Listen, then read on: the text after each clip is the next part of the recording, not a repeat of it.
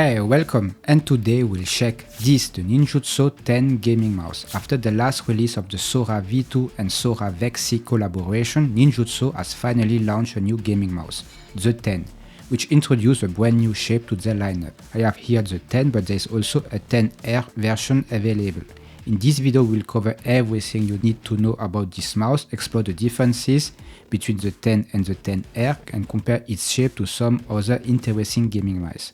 Before we dive in, I want to mention that Ninjutso sent me this unit for review, but as always, all opinions I share in this video are completely my own. But first, let's check what we get in this box. It comes in a nicely designed package that opens from the side. Inside you will find the mouse, well packed and protected, in black, but it's also available in white. You will also find the 8K dongle housed in a unique light bulb style. The glass is easy to remove, but I'm not sure if that's intentional. Further inside the box there is a black USB-A to USB-C cable along with some stickers, since the mouse doesn't come with pre-installed skates. Ninjutso gives you the option to choose between the hyper skates in full size or dot versions. I went for the full size version. One thing to note, I didn't find a manual in the box, and I wish they include one because I ran into an issue right away. When I connect the dongle using the cable, the indicator light didn't turn on as expected, so I assumed it might be off by default. But even after switching the mouse on, it didn't seem to recognize the dongle. It looks like the mouse wasn't paired with it. I ran the mouse in wired mode and opened Ninjutso WebDriver Ninja Force. The dongle was detected, but it appeared to be in sleep mode. So I installed and ran the Ninjutso updater to update both the mouse and dongle to the latest firmware. It didn't work the first time, but on the second attempt, the dongle was successfully recognized by the WebDriver, but it still wasn't paired with the mouse. In the WebDriver, there is an option to manually pair the dongle with the mouse, which I used, and after that, everything finally worked. I'm not sure if other users have met this same setup process, but for me, it definitely wasn't plug and play out of the box, and without a manual, I had to figure it out all on my own. As for the WebDriver itself, it's straightforward, motion sync is enabled by default and the polling rate is easy to configure. There's also a feature called hyperclick with further reduced click latency. Moving now to the technical specification, the Ninjutso Ten Gaming Mouse features a modified version of the 3950 sensor developed in collaboration with Pixart to reduce power usage. As mentioned earlier, it supports an 8000 Hz polling rate in wireless mode, while in wired mode it maxes out at 1000 Hz. One of the key differences between the 10 and the 10R is the weight. The 10 weight is 53 grams, my unit actually came at 54 grams, while the 10R is expected to be around 45 grams. However, the 10R uses a smaller battery, which means battery life may be shorter when running at 8K polling rate.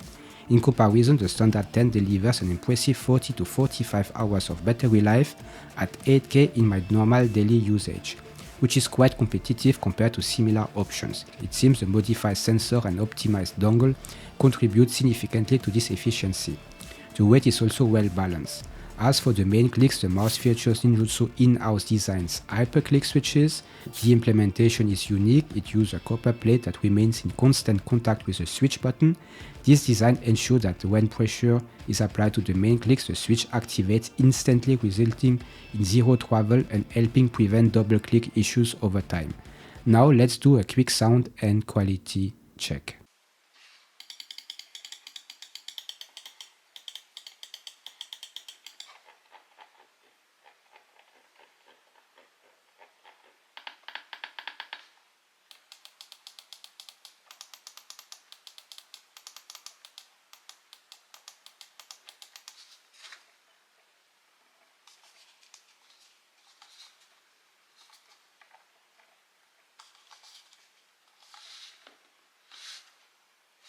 The main clicks feels very reactive, hard to say if the travel is truly zero, but from a typical user perspective it feels very short. The clicks offer satisfying feedback that feel light, still slightly firmer than home-run optical switches, while still being easy to spam. There is a minimal side play and it seems the switch implementation is well executed. The scroll wheel also feels good, light with well-defined steps. The side buttons are snappy with very little pre and post travel, but they do have some wobbling from front to back. Overall, the build quality is very good, no creaking or flexing at all, it's rock solid. The coating on the black version Here is good. It has a matte finish surface that doesn't let fingerprint appear on it. And the surface provides a very good grip. It's not slippery at all. Feels just as premium as the big names. Regarding the skates, I find them okay but not amazing. The glide feels balanced to control, decent but not impressive. They will do the job, but I'm used to better skates. When it comes to the shape and size, my first impression when looking at it is that it's another G Pro X Superlight clone, even when we look at the dimensions. But when I hold it, I realize it's definitely not the same. While it shares a similar side profile, the Superlight feels taller, especially towards the front. Another interesting comparison someone asked me about on X was with the Lamzu Maya X. That one didn't come initially to my mind, but after testing I noticed some similarities, especially in the click position and oval top shape. They share similar proportion, but the 10 feels wider at the back and has a gentler curve towards the middle compared to the Maya X. So overall the 10 has a unique shape, a mix of the G Pro X wrist and side profile curves combined with the top shape and high of the Lamzu Maya X. Depending on your hand size, you might be able to palm grip the 10 if your hands are on the smaller side. Personally, with my hand size of 17 by 9.5 cm, a claw grip feels the most natural and comfortable for me. I would imagine gamers with larger hands could also fingertip grip the Ninjutso 10 thanks to its lower profile. So to sum up, I had no issues at all with the mouse during gaming. Once it's set up, everything runs smoothly without any problems. The mouse feels highly responsive and I really like its shape. Especially if you are into symmetrical design, it's definitely worth trying out. The 10 mouse feels great in hand with a premium surface texture that adds to the overall experience. But would I give it a 10 out of a 10?